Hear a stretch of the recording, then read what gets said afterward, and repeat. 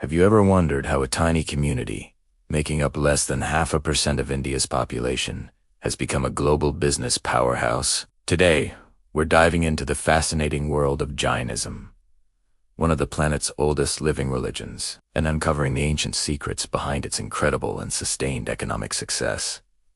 This isn't just a story about wealth. It's a story about values, community, and a unique philosophy that has lessons for all of us in the modern world. Jainism originated in India over 3,000 years ago, long before many of the world's major religions took shape. Well, you might have heard of its most famous principle, ahimsa, or non, which deeply inspired Mahatma Gandhi.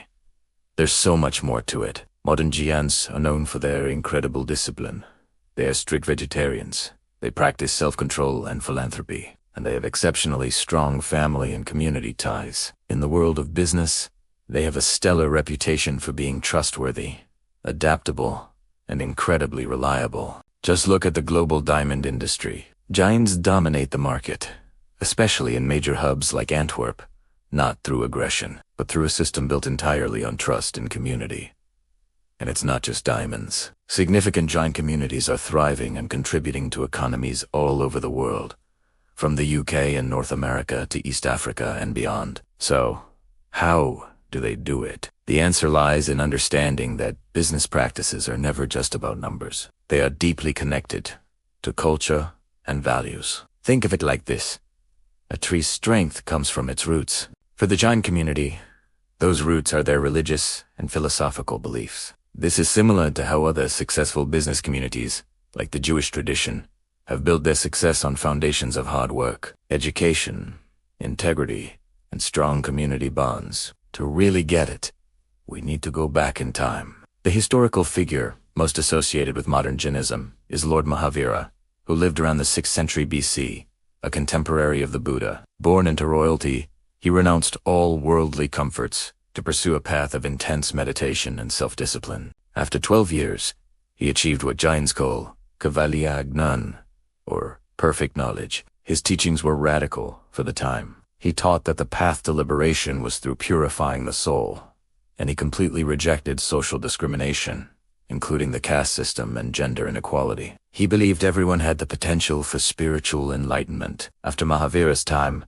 his teachings were passed down orally for generations before being written into scriptures. Jain monks and nuns became some of the most distinguished scholars, poets, and philosophers in ancient India. Meanwhile, the lay followers, the everyday people, often became merchants, professionals, and even trusted advisors in royal courts. Their influence on Indian civilization has always been far greater than their small numbers would suggest. In the early 20th century, Jains began migrating, first to East Africa, and later to Europe and North America. Wherever they went, they rebuilt their powerful social and economic networks, creating success not just for themselves, but for the local economies they joined. Now, let's break down the core values that form the bedrock of this success. The first and most important is ahimsa, or nonviolence. This isn't just about not physically harming others. For Jains, ahimsa applies to thoughts, words, and actions towards all living beings,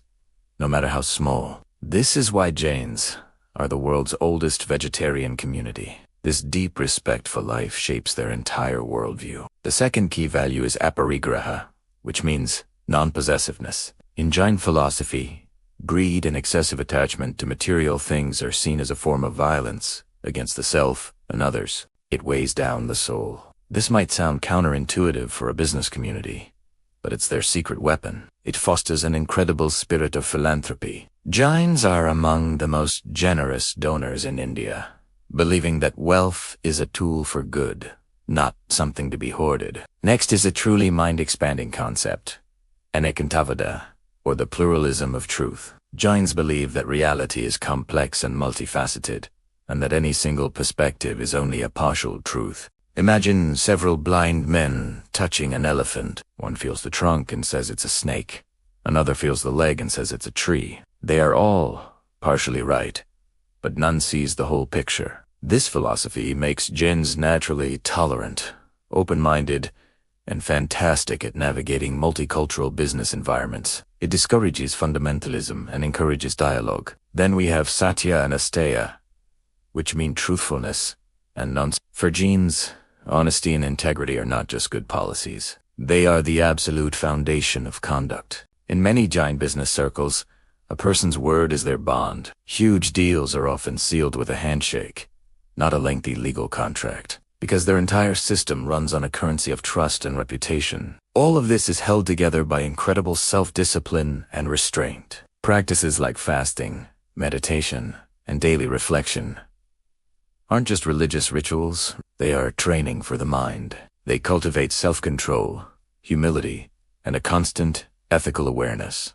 These are precisely the qualities that make for exceptional leadership and long-term, sustainable success, rather than short-term gains. This brings us to the power of community and social capital.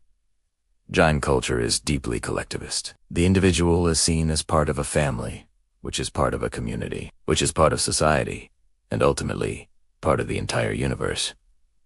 These strong community networks provide a safety net. They offer financial support for new entrepreneurs, moral accountability, and mutual aid. Your reputation within the community is everything. This acts as a powerful, informal regulator of behavior, ensuring everyone plays by the rules. In the diamond trade, for instance, these community networks function as a highly effective self-regulating system, far more efficient than any external authority.